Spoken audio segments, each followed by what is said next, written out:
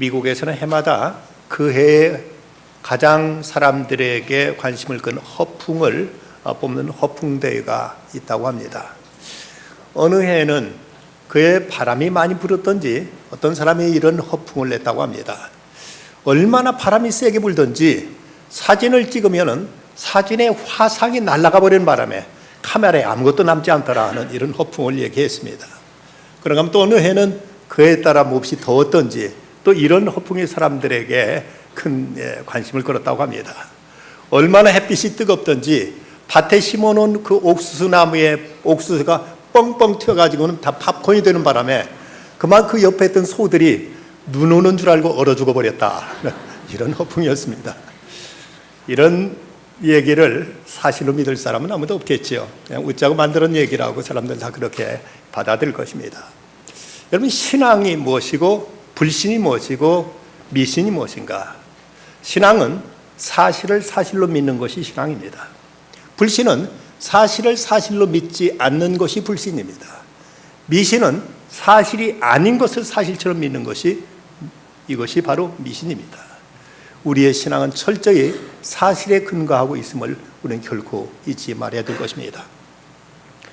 패션 잡지 에스콰이어의 편집자로 있던 제이콥스라는 사람이 미친 척하고 성경 말씀대로 살아본 1년이라는 이런 제목의 책을 썼습니다. 그는 신구약 성경을 다 읽은 다음에 여기에서 어떤 계명 700개의 계명을 추려가지고 이걸 하나하나 문자적으로 그대로 지키려고 1년 동안 노력했습니다. 그 가운데 보면은 거짓 증거하지 말라, 거짓말하지 말라는 말씀을 문자 그대로 지키겠다고 오늘 아내하고 레스토랑에 가서 저녁 식사를 하고 나오다가 아내의 그 대학 친구를 만나게 됩니다. 서로 반갑게 인사하고 나서 그 친구가 하는 말이 조만간 우리 또 만납시다 하고 이렇게 인사하고 헤어지려는데 이 사람이 가만히 생각하니까 가까운 시일 내에 그 사람들 만날 일이 없을 것 같았습니다. 그러자 다시 가려는 사람을 붙들어 쳐놓고 우리 그 얘기는 취소하도록 합시다. 조만간 다시 만날 계획 없을 것 같은데요 하고 이렇게 말했다가 그만 아내한테 돼지게 핀잔을 받고 말았습니다. 그냥 헤어지면 될 것을 조만간 만나자는 그 말도 자기는 이것을 어그리할 수 없었던 것입니다. 어느 때는 뉴욕 시내를 지나다가 안식일에 일하지 말라는 말씀을 그는 문자 그대로 지킨다고 주일날 일하고 있는 사람한테 돌멩이를 던졌다가 그만 거기서 또 큰 봉변을 겪기도 했었습니다. 이렇게 성경 말씀 하나하나를 문자 그대로 지키려고 노력했는데 나름대로 성경의 본래 의미를 그가 미처 생각지 못하고 어떤 오해하기도 하고 어떤 건 자기 나름대로 어떤 착각에 빠져서 이렇게 말씀을 지키려다 그런 어려움도 겪었지만 그러나 1년 후에 자기가 그동안 지켜온 것들 이것을 하나하나 기록하면서 놀라운 하나님의 은혜를 받았고 형편없는 인간들에게 베푼 하나님의 은혜가 얼마나 크고 귀한가를 그는 깨달았습니다. 그러면서 그는 그 말씀이 하나님 말씀이 얼마나 정확하고 무한 하나님의 생명의 말씀이며 약속인가를 깨닫게 되면서 그러면서 큰 기쁨과 안식을 누렸을 뿐만 아니라 한 가지 부작용 아닌 부작용이 생기게 된 것은 아주 하찮은 일에도 감사하는 습관이 생겼노라고 그는 이렇게 고백하고 있습니다. 하나님 말씀을 따라 살아간다는 것, 이 약속의 말씀에 근거히 살아가는 것, 이것이 바로 우리의 믿음의 생활이라고 말할 수 있습니다. 그래서 어떤 이는 그 대통령을 위해서 기도한 그 기도문 가운데 이런 말을 합니다. 하나님이여, 이 대통령으로 하여금 자기 신념대로 살지 않게 하시고 당신의 진리에 겸손히 순종하는 믿음과 용기로 살아가게 하여 주옵소서. 믿음은 내 신념이 아닙니다. 하나님 말씀에 대한 청종이 곧 믿음이라는 사실을 우리는 분명히 알아야만 됩니다.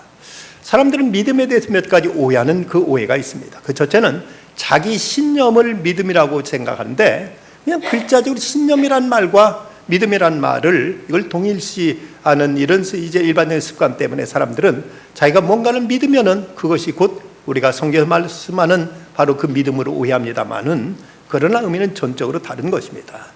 여기서 사람들이 말하는 믿음이라는 것은 극히 주관적인 것으로서 자기 생각, 자기 어떤 의지적인 결정을 이것을 믿는 것이라면 그러나 성경에 말씀하는 이 믿음이라는 것은 철저히 말씀, 신구약 성경에 기초한 것이지 이걸 내가 그렇게 생각한다는 것과 이 성경에 말씀하는 믿음은 전혀 별개의 것인 것을 우리 잊지 말아야 됩니다. 그러면 또 하나는 믿음과 종교를 혼동하는 이런 혼동이 있습니다. 우리 기독교 믿음은 철저히 창조주 하나님과 그의 아들 예수 그리스도를 믿는 것입니다. 근데 일반적인 종교에서는 인간의 필요에 의해서 그들이 설정한 어떤 진을 믿는다든지 자기 신념과 가치 체계를 이제 이것을 하나의 종교화해서 믿는 것, 이것이 이제 분명히 다른 점입니다. 종교도 다 똑같은 장교 같지만 종교학적으로 분리하자면 두 가지로 나눠집니다. 하나는 자연 종교고 하나는 계시 종교입니다. 자연 종교는 사람들이 필요에 의해서 사람들에 의해서 만들어진 종교가 자연 종교라면, 계시 종교는 신이 자신을 계시하기 위해서 인간에게 자신을 보이고 자기를 드러냄으로 인해서 갖게 되는 종교가 바로 계시 종교인데, 이런 면에서 기독교는 철저히 계시 종교라는 사실을 우리는 알아야 됩니다. 또 하나의 사람들이 이제 기독교에 대해 혼동하는 것이 있다면, 믿음에 대해 혼동하는 것이 있다면, 그것은 어떤 선행을 믿음이라고 착각하는 경우입니다. 물론 기독교 신앙의 열매 가운데는 분명 선행이 있습니다. 착한 일을 하는 일이 있습니다. 하지만 소한테 뿔이 있다고 해서 그 뿔을 소라고 말할 수 없는 것처럼 착한 일 그 자체를 결코 이것을 우리가 믿음이라고 말할 수 있는 것은 아닙니다. 당연히 우리가 예수 믿는다면 그리스도의 성품을 본받아서 착한 일을 해야지요.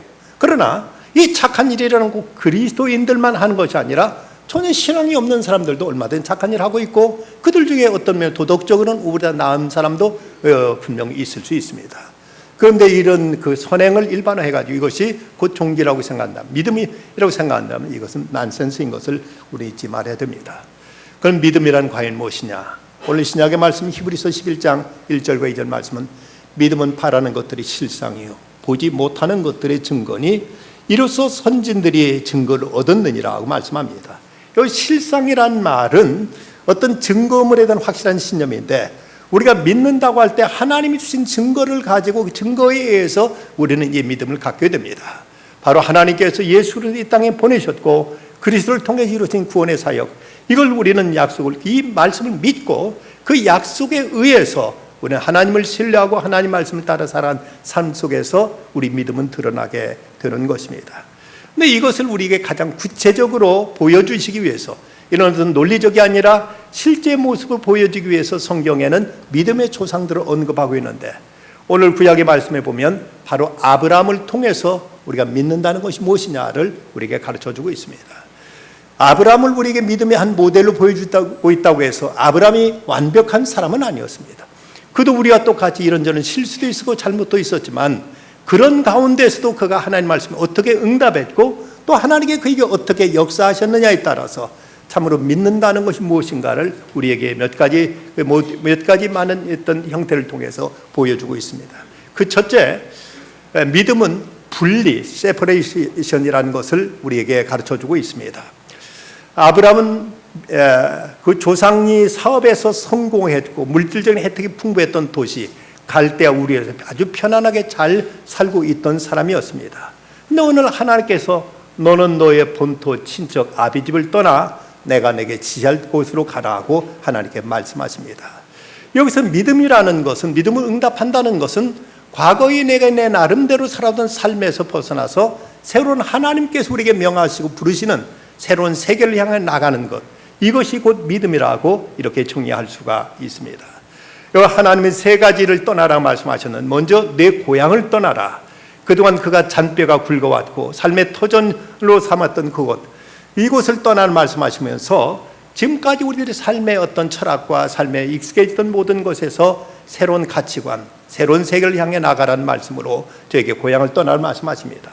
내 친척을 떠나는 말씀, 지금까지 내게 영향을 주었던 과거의 영향력에서 벗어나라고 말씀하십니다. 그리고 내 아버지 집도 떠나라. 물론 여기서 부모를 실제적으로 부모를 떠나는 말씀으로만 우리가 문자들을 받을 것은 아니겠습니다만은 새로운 가치관, 부모가 대단히 중요하고 대단히 우리에게 생명을 주신 분으로서 우리에게 대단히 소중한 분이지만 과거의 인습과 전통에서도 벗어나라는 이런 말씀으로 내 부모를 떠나라고 말씀하고 있습니다. 여러분, 신앙생활 어떻게 시작되었습니까?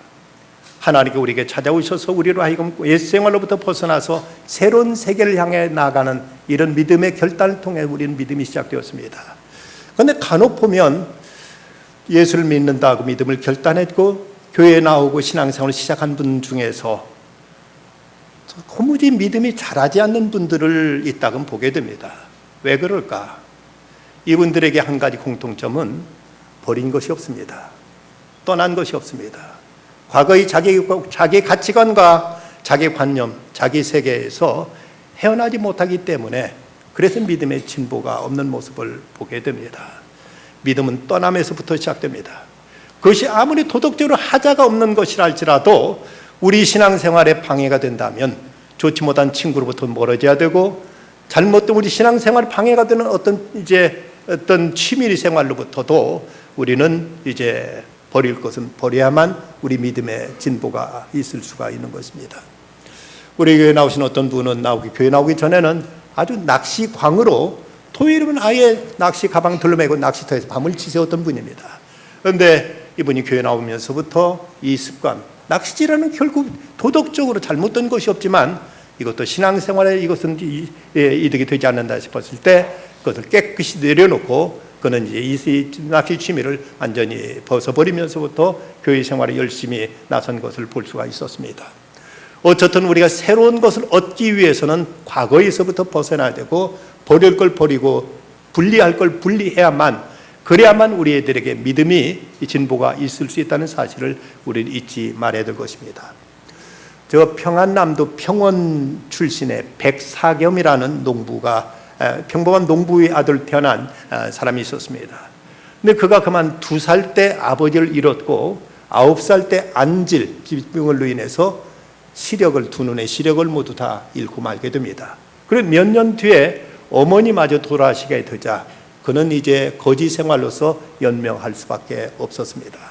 근데 그 당시 그 점수를 하는 사람들은 맹인들 중에서 10명 중에서 8명이 점수를 통해서 먹고 살곤 했다고 합니다. 그도 4년여에 걸쳐서 점수를 배운 끝에 15살 나이부터 대동강을 따라다니면서 오가면서, 그러면서 그는 이제 백장님이라는 이름으로 불려지면서 점수를 그가 통해서 돈을 벌기 시작했습니다. 그는 매우 눈치가 빨랐고 상황 판단이 정확했던지라 그는 이내 사람들로부터 많은 관심을 받았고, 그러면서 그는 장님으로서 점수를 통해서 큰 떼돈을 벌게 됩니다. 장가갈 나이가 되자 그는 마음에 드는 한 여자를 만나서는 그 부모에게 말합니다. 당신 딸을 성한 사람한테 시집고 나면 제 명이 다 살지 못합니다 라고 이렇게 공갈쳐가지고는 그 딸을 자기 아내로 삼기도 했다고 합니다. 그래서 여염집 딸인데 양갓집 딸을 이렇게 자기 아내로 맞이하면서 그는 이제 점수를 통해서 많은 돈을 벌었는데, 1897년 그에게 성경을 팔러 다니는 매서인 김재욱이 찾아와서 인가귀도라는 전도지를 그에게 이제 줍니다. 그때 백사겸이 이 말씀 한번 이제 하나님 예수님을 믿는 도리를 적은 말씀을 한번 읽어보라는 그 부탁을 받고는 그때 이런 반응을 보였습니다. 나는 예수교에 반대하는 터이지만 체면을 봐서 받기는 하였는데 독한 벌레가 손에 닿는 듯한 선뜻함을 느꼈다고 그때 감정을 이렇게 그가 털어놓습니다. 그런데 그 일이 있고 나서 그는 전혀 믿을 의지도 없었고 그 책을 그냥 체면상 받았지만 전혀 이제 기독교에 대해 그리스도에 대해서는 그는 아무런 관심도 없었습니다. 그런데 이상한 건 그리고 난 며칠 후에 그 환상을 보게 됩니다. 환상 가운데 나는 예수다. 내가 주는 산통, 점수를 하는 사람들의 산통이죠. 내가 주는 산통은 의의 산통이니 받아가져라. 근데 그 꿈이 몇 날 며칠 계속 그 꿈을 꾸게 되는 것입니다. 근데 도저히 그가 견딜 수 없어서 그때 받았던 전도지, 인가귀도라는 이 전도지를 아내에게 주면서 이걸 읽어달라고 합니다. 아내가 그것을 읽어주자 꿈속에 나타난 예수님의 말씀과 똑같은 걸 알고는 그는 거기서 정신을 차립니다. 내가 이렇게 경치는 일은 단연코 그만두겠다 하고 결심하고는 그는 자기한테 전도했던 김재욱을 따라서 그가 이제 교회에 나가게 됩니다. 그가 언더우드 선교사 세웠던 행주 교회에 나가서 자기가 불의한 방법으로 벌었던 전 재산 3,000냥을 모두 다 교회에 바치면서 이 돈 가지고 어려운 사람들 나눠주십시오, 어려운 사람 도와주십시오 하고 그 돈을 모두 다 교회에 바칩니다. 그리고 아내한테는 나는 이제부터 거린 신세가 돼가지고 다닐 테니 나하고 이혼해달라고 하지만, 그러나 그 아내는 그 사람의 평생 지팡이가 되어서 그 남편을 늘 옆에서 돌보고 함께 남편과 같이 생활하게 됩니다. 그가 행주교에서 그가 이렇게 변화했다는 소문을 듣고 나서 이 회개한 고향읍에 백장님이 오셨다고 이제 이렇게 광고해가지고는 그를 데려다가 간증 부흥 집회를 하자 많은 사람들이 그의 그 회개한 그의 이제 변화된 모습을 보고 깜짝 놀라고, 그럴 때 많은 사람들이 주 앞에 돌아오게 됩니다. 그 뒤로 그는 장단읍교회, 개성 남북교회, 포천 감압교회들을 세우게 됩니다. 근데 그의 아들이 누군가에 대해서 여러 설이 있습니다. 하나는 그 연세대학교 총장을 내는 백남준 박사라는 얘기 있지만, 그러나 제가 그것도 다시 다른 자료를 찾아봤더니 연희전문대학교, 지금 연세대학교 전신 전문학교 영문과 교수를 지내고 현재명 씨가 가곡 가을의 작사자로서 우리나라 주일학교의 운동의 선구자였던 백남석이라고 이렇게 그 사전에 나와 있는 모습을 보았습니다. 바로 그가 비록 장님으로서 무당 점치는 일을 했지만 예수 믿고 나자 그는 완전히 모든 걸 버립니다. 자기 생계의 수단이었던 점치는 일을 빨리 던져버리고, 자기 벌었던 모든 돈도 어려운 일을 위해서 완전히 다 쾌척하고, 그리고 자기 아내마저 돌려보내려고 했지만 아내는 평생 그와 함께하면서 복음을 전하는 일을 위해서 같이 헌신하는 이런 그 변화된 모습으로 드러나게 됩니다. 우리에게서 믿음의 생활이란 옛것과의 결별입니다. 하나님께 기뻐하시지 않는 일이라면, 우리 믿음 생활에 걸림이 되는 일이라면 과감하게 이것을 끊고 자를 걸 자를 때 우리 믿음의 진보가 있는 것이지, 아무것도 버린 것이 없다면 아무것도 얻을 것도 더 이상 없게 된다는 사실을 우리는 잊지 말아야 됩니다. 다음, 그런가 하면 믿음 생활은 하나님의 축복을 받고 그 축복을 나누는 삶을 살아가는 것을 의미합니다.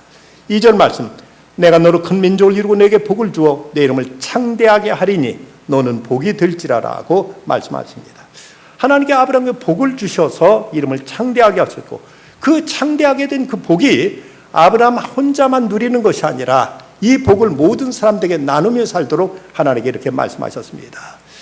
이래서 하나님께서는 아브라함이 그 아내 사라를 애굽 왕 바로에게 빼앗겼을 때 하나님께 그에게 나타나셔서 너 그 아브라함의 아내를 돌려주라고, 그러지 않으면 내게 벌을 내릴 거라는 이런 하나님 말씀에 바로는 깜짝 놀라서 아내를 도로 돌려보냈을 뿐만 아니라 그와 함께 많은 재산까지 그에게 보내줌으로 인해서, 이로 인해서 아브라함이 거부가 될 수 있었던 하나의 기틀을, 제사를 마련하게 됩니다.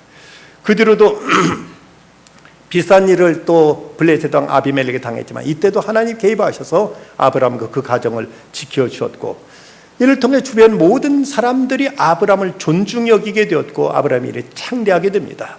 그래서 오늘날 기독교인들뿐만 아니라 유대교, 그리고 저 이슬람교 사람들까지도 아브라함을 조상으로 여기고 저를 공경하고 저를 사랑하는 이런 이름이 창대해지는 이런 축복이 그에게 이제 주어진 것입니다.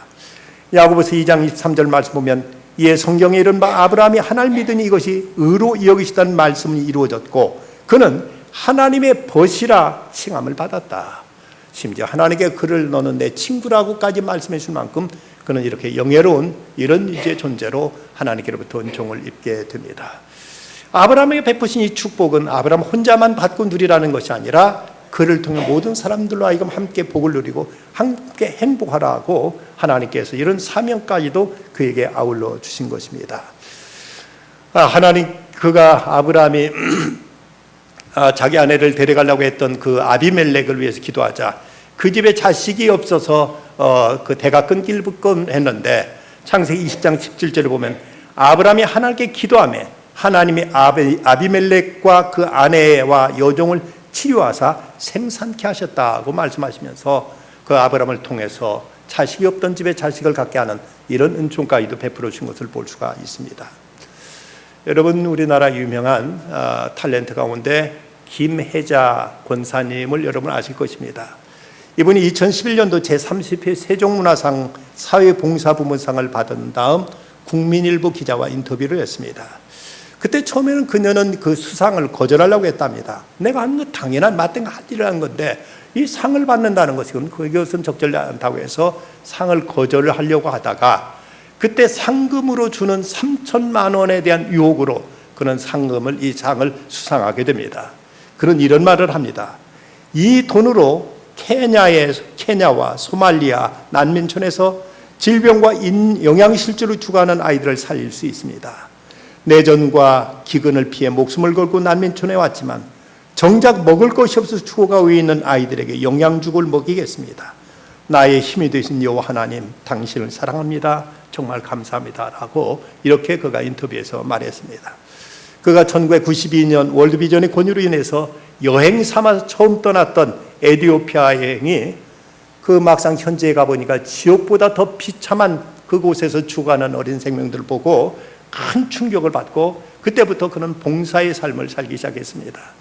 그 후로는 그가 비싼 식당에 가서 식사를 하려고 하거나 또는 비싼 핸드백을 사려고 할 때는 늘 그의 마음속에 드는 생각이 이 돈이면 얼마나 많은 아이들을 살릴 수 있는데 이것이면 얼마나 많은 생명들을 구할 수 있는데 내가 이건 안 되지 하고 비싼 음식을 먹는 것도 그리고 비싼 핸드백 사는 것도 그는 이제 늘 이것을 통해서 절제할 수가 있었다고 합니다. 그는 이 돈이면 500명의 아이들을 하루 배불리 먹을 수 있고 이 돈이면 10명의 아이가 1년간 학교를 다닐 수 있는다며 전 세계 굶주린 아이들 돌본 일을 섬기는 것이 그녀의 일상이 되었습니다. 바로 이것이 우리 믿음의 모습이죠. 내가 받은 은혜, 내가 받은 축복을 더불어 나누며 살아가는 삶, 이것이 바로 우리 신앙의 본질이라고 성경은 가르쳐주고 있습니다.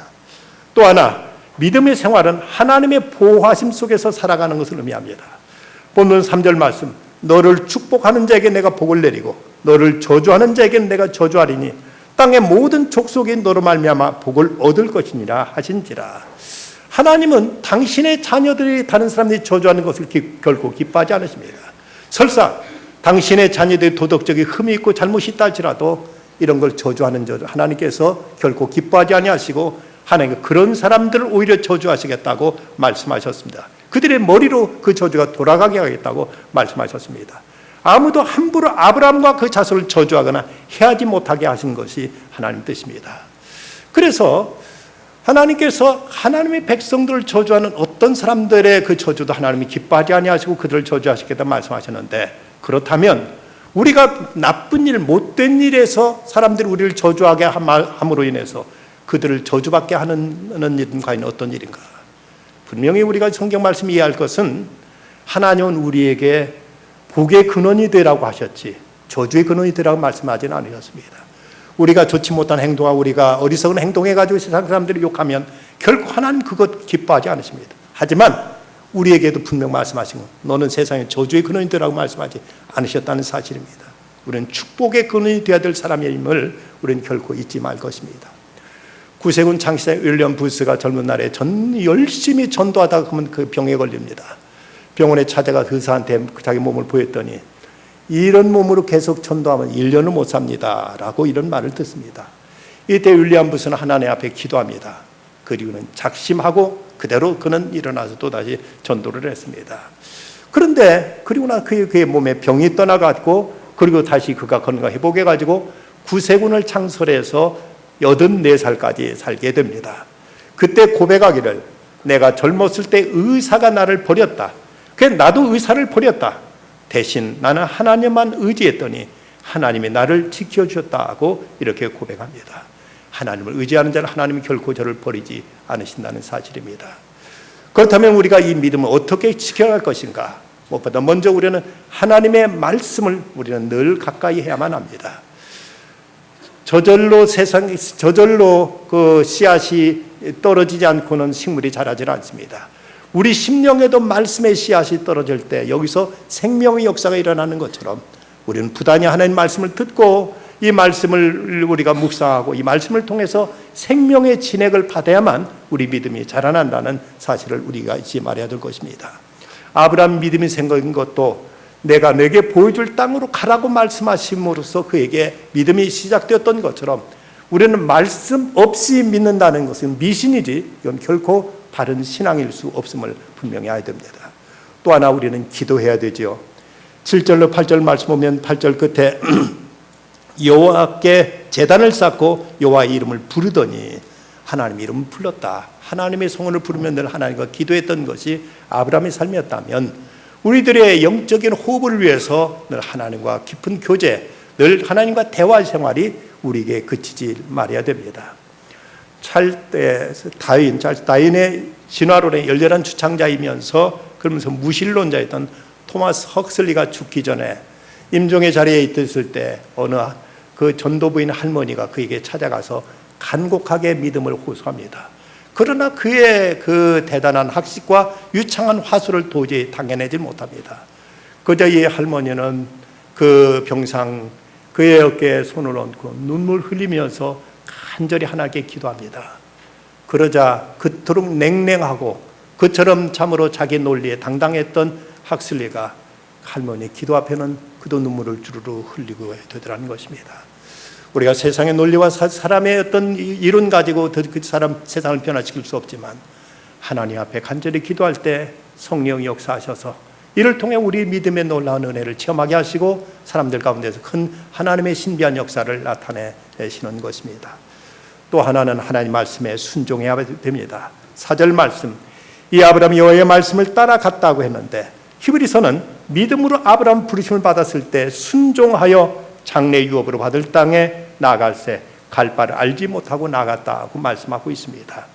어디로 가야 될지 미처 그는 다 알지 못했지만 그날 하나님의 인도하신 그 말씀을 쫓아갔더니 드디어 갈대아 우르에서 가나안 땅까지 그가 올 수가 있었습니다. 유명한 순교 신학자 보너 해퍼는 이런 말을 합니다. 믿는 자들만이 순종할 것이며 순종하는 자들만이 믿게 될 것이라고. 여러분에게 믿음이 부족하십니까? 돌이켜봅시다. 내가 주신 말씀 앞에 얼마나 순종했는가 하고 믿는 자들만이 순종할 것이며 순종하는 자만이 믿게 될 것이다. 예전에 제법 큰 술집을 운영하던 사람이 있었습니다. 아주 돈도 잘 벌었었는데 누군가의 전도를 받고 예수를 믿게 됩니다. 예수 믿고는 가만히 생각하니까 아무래도 자기가 이렇게 술집 경영하는 것을 하나님이 기뻐하지 않으실 것이라는 생각이 들어서 그는 권리금이고 뭐고 다 포기하고 그는 술집을 정리합니다. 빚을 다 갚고 나니까 돈이 얼마 남지 않아서 시장 입구에서 제법 잘 된다는 복권 가게를 사가지고 이 복권 가게를 열었습니다.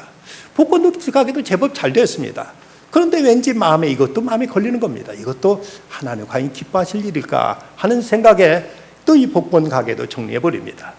그리고는 그가 시장에서 떡볶이 가게를 열었습니다.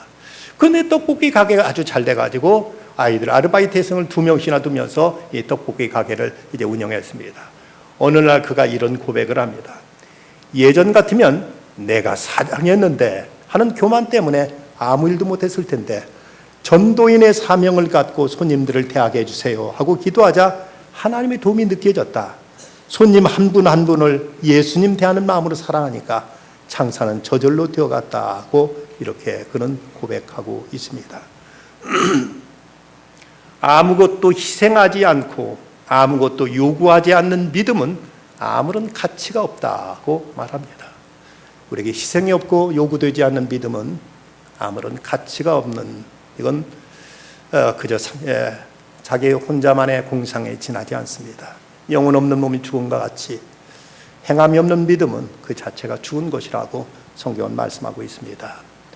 어떤 어머니가 아이가 유치원에 갔는데 어느 학원에 갔는데 근데 날씨가 갑자기 흐려지더니 천둥 번개가 막 치기 시작합니다. 이 아이가 올 때 얼마나 이제 어려울까 생각해가지고 그는 학원에 전화했더니 벌써 아이가 그 학원을 떠났다는 겁니다. 길거리에서 비를 맞고 얘가 놀랄 걸 생각해가지고 황급히 우산을 들고 길거리로 나갔습니다. 행여 아이가 어느 가게 추녀 밑에서 비를 피하고 있는 거 아닐까 하고 봤는데 아이가 보이지 않습니다. 막 골목을 돌아서는 순간 보니까 아이가 아주 싱글벙글 웃으면서 저기서 아주 편안하게 태어나고 오고 있습니다. 근데 그 순간 번개가 번쩍 지는 겁니다. 아이고 제가 얼마나 놀랄까 했더니 아이가 쌩긋 웃으면서 이 아이가 하는 말이 엄마 저 프레시 터지는 거 봤어요? 하나님 지금 내 사진 찍어주고 계시는 거예요. 하고 이렇게 말하는 겁니다. 전혀 조금치도 두려워하지 않고 하나님의 하늘에 내 사진 찍어주시라고 지금 프레시 터뜨리고 있다고 아이가 생글뱅글 웃으며 하는 모습 보고 믿음이라는 것이 일어나 있고 들어가 보니까 이런 천둥 번개까지도 하나님의 사진 찍어주는 것이 이렇게 받아들이겠구나 하면서 그토록 고마워하고 감사하게 되었다는 것입니다. 믿음은 울음으로 시작된 인생을 미소로 마치게 하는 하늘의 은총입니다. 우리가 울면서 태어났던 인생이지만 어느 날 이 세상을 떠날 때 평안히 주의 품에 안기면서 세상을 마칠 수 있는 하늘의 은총. 이건 무언가로부터 떠남으로 시작되는 것이고, 그리고 우리는 이제 하나님께 받은 축복을 나누면서 살아가는 것이고, 그럴 때 하나님은 순간순간 모든 위험과 어려움에서 우리를 지켜주고 보호해 줄 것입니다. 이 하나님의 은총이 충만하시기를 간절히 기원합니다. 기도하십시다. 사랑이 많으신 아버지 하나님, 믿음은 모든 사람의 것이 아니라고 말씀하셨는데 저에게 이 천하보다 소중한 이 귀한 믿음을 주신 하나님을 찬양합니다. 하나님, 이 믿음을 위해서 버려야 될 것이 있다면 과감히 버리게 하시고 떠나야 할 일이 있다면 분명히 떠나게 하여 주시옵소서. 받은 바 축복 나누며 살게 하여 주시옵소서. 말씀에 순종하며 나갈 때 하나님은 저희들을 지켜줄 걸 믿사오니 하루하루 이 험한 세상에 믿음으로 살아가는 중에 날마다 도우시고 지키시고 베풀으시는 그 은총으로 승리하며 나가는 저희들 모두 다 되게 하여 주시옵소서. 우리 주 예수 그리스도의 이름으로 간절히 기도드리옵나이다. 아멘.